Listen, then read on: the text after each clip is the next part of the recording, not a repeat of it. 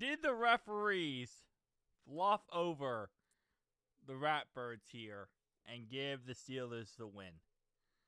Let's talk about it. So, first off, I like to go ahead and go to the NFL rulebook, because this is the NFL rulebook here. NFL.com, operations, Rule 8, Section 1, Article 3.4, on what is a catch. Okay? Let me play this little segment. Get 2 feet or another body part down and perform any common football act, such as a third step, extending the ball, or having the time to perform such an act. So it says a third step or a football move as progress or as, putting the ball forward. That's considered a football move, taking a third step. So this was not a touchdown. And when I watched this live, I said, wow, referees, typical Pittsburgh Squealers here. The referees cheated the Ratbirds and gave the Steelers a win. But, as it says there, 3 steps. Not 2, 3. So, for example, this is a pass that was caught for a touchdown versus the Packers, right, by the Steelers. 1, 2, 3, lost ball. He actually had 4 steps, actually. So he had 4 total. He had 1, 2, 3, 4. Then he loses the ball, okay? Isaiah Likely yesterday. 1, 2. And where's that third? Third drops as he drops the ball. That's not a catch. That's not a catch. The NFL rule states you have to have the football, control of it, make a football move, which is either 3 steps or, like, for example, you're extending the ball to the end zone, to the goal line to try to get a touchdown, or you're trying to get a first down, whatever. This is 1, 2. There's never a third. That third step, the ball is out. That's an incomplete pass. So, again, listen. All right, we wanted the Ravens to win yesterday for the Bengals shot to actually make the playoffs.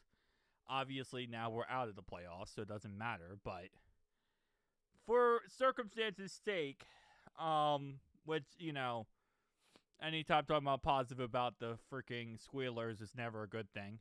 And I never like doing it. I do hate this team more than life itself. But I will say, this is not a touchdown. It's pretty plain and simple. If you watch the NFL rulebook, the NFL rule says it pretty simply. Let's go ahead and play that one more time for those in the back. And perform any common football act, such as a third step, extending the ball, or having the time to perform such an act. You got to have a third step. You got to have a third step. At the end of the day, 1, 2, and drops ball. It's that simple. It's that simple. It's that easy. It's that cutthroat. Trust me, at the end of the day, I don't care, who won this game, because either team is above us and either team is going to finish either in the playoffs or not. And I don't want the Squealers or the Ratbirds to win and, go in the playoffs here. But at the end of the day, I guess from a non-biased point of view, because I hate both teams, there you go. This is a touchdown because he takes 1 there, 2, 3, and he gets a 4th step before that ball comes out.